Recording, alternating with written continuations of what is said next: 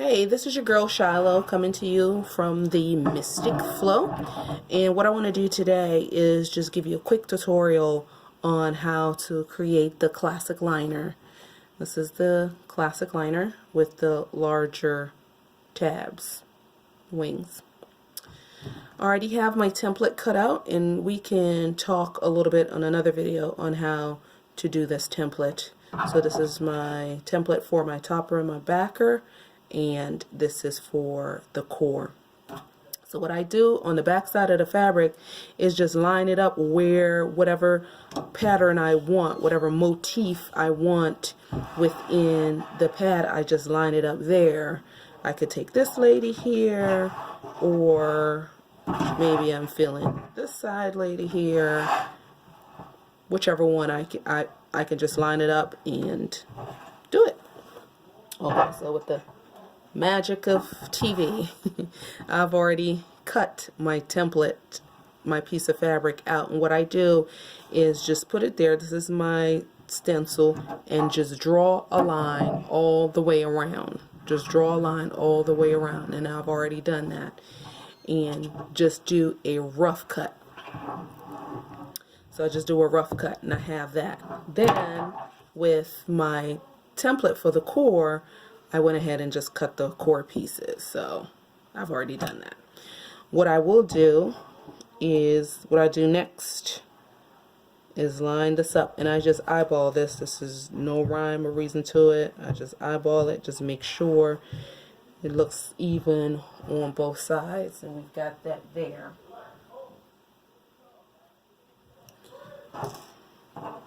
And I just pin these down just to make sure it doesn't shift as you're sewing.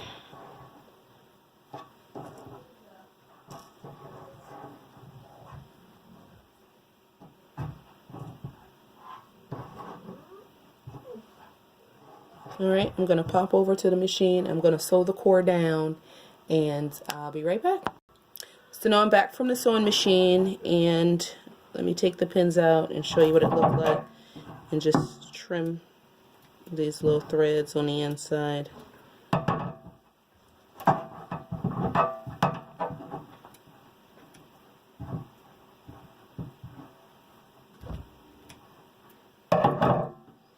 Okay, so there you go. Your core is securely attached to your topper. And again, remember, you never want to sew your core to your backer, because you create those little pinholes for moisture to wick through. With this pattern, I've decided to go with a yellow, because we got a lot of yellows in there. So I'm going to use a yellow for my backer.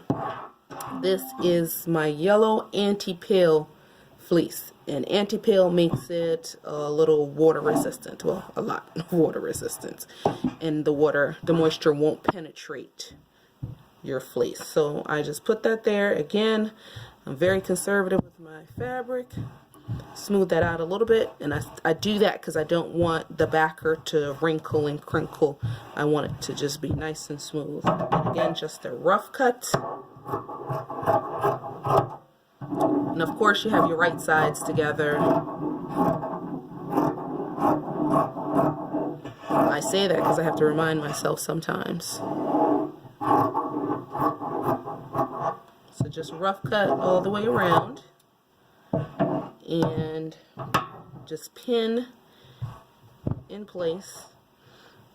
And some people don't like to pin through their backer, but these little teeny pinholes aren't going to do anything to me, in my opinion. And if you're a little bit conservative and don't want to do it, you can pin it on the outside. Pin it on the outside of your line, where it's not actually through the part of the backer that you're actually going to use. So you can just pin it on the outside. Alright, I'm running to the machine. I'm going to sew this, and I'll be right back. So I'm back from the sewing machine. I'm just going to remove all my pins. And then, now that it's all sewn together, what I do is trim really close to that stitch line without getting too close. Just just leave a little area, but trim all the excess fabric.